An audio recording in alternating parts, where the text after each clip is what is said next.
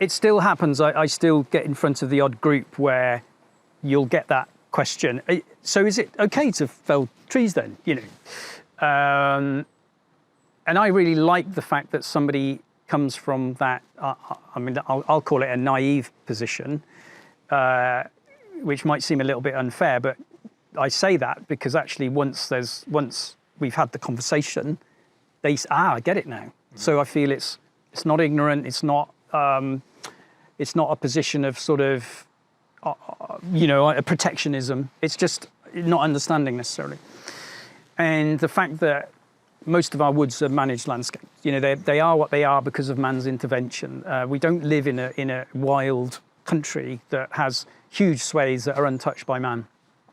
Whereas you can get timber from those swathes around the world, as Roger was mentioning, which I really think is not a good thing at all. Because wild places should stay wild. Truly wild should stay wild. So this perception that people have that tree cutting is bad is something that we tackle head on. Actually, we don't shy away from it. I use a story where a landscape here in Staffordshire, and I've come through parts of Shropshire today, which is a mixed farming landscape. Some arable, some pasture. Then you have woodlands of different sizes, some larger forests. Just tackling that public perception argument. And in a mixed farmed landscape, in the summer, you will get combine harvesters harvesting wheat. It's really important food product, of course it is, but that field is, maybe there's one or two poppies in it. It's not doing a huge amount for water quality or flood prevention. It's not taking many particulates out of the air. It's not storing carbon. It's not producing a construction material. It's not a place where you can improve your health and well-being by walking through it. Not particularly welcomed walking through a wheat field. And a huge great combine harvester comes through, and I use the phrase huge great because of my analogy.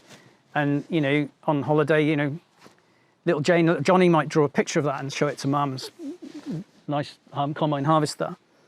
And then and it's a great thing to show the teacher returning off your summer holidays. What did you do in the summer holiday? Oh, I got a picture of combine harvester. Isn't it great?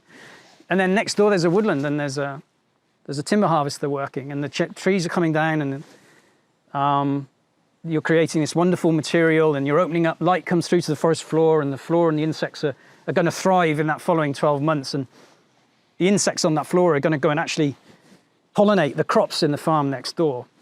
But Mum doesn't like the picture. Mum rings the council up and says, there's something going on in the woods, we need to stop it because there's trees being felled. There's just a huge mismatch of the narrative. It's the same thing, basically, isn't it? And arguably, it is. Frame. But arguably the crop is producing more benefits whilst it's growing. It is, yeah. Because it is presenting flood control, it is taking pollutants out of the atmosphere, and it does have flora and insects. They're welcome, and people can, on the whole, in woods that are open to the public or with public rights of way, enjoy, and people love getting into the woods. We've had a pretty difficult couple of years, and what have people enjoyed doing?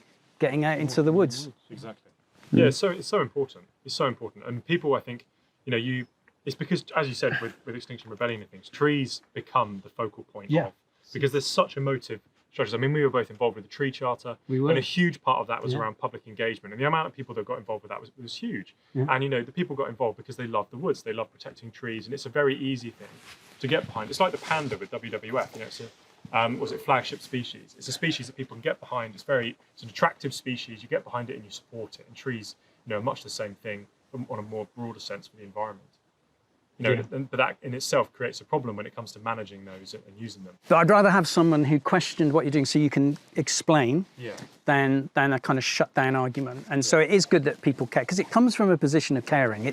So if someone comes from a position of caring, they're an open book to be, they don't have to, they may say, well, you're a forester or you're a timberman. You're going to say that, aren't you?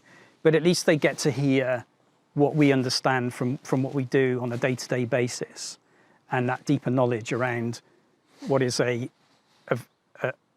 natural process supported by man's intervention to ultimately create great places and great materials. Yeah, completely. And I mean, the thing is, it's a very difficult. Well, it's not necessarily a difficult discussion to have, but it's difficult to always make people aware of that fact and for people to find that information, which is partly why we're trying to do this series to make it live into people and help people to understand that.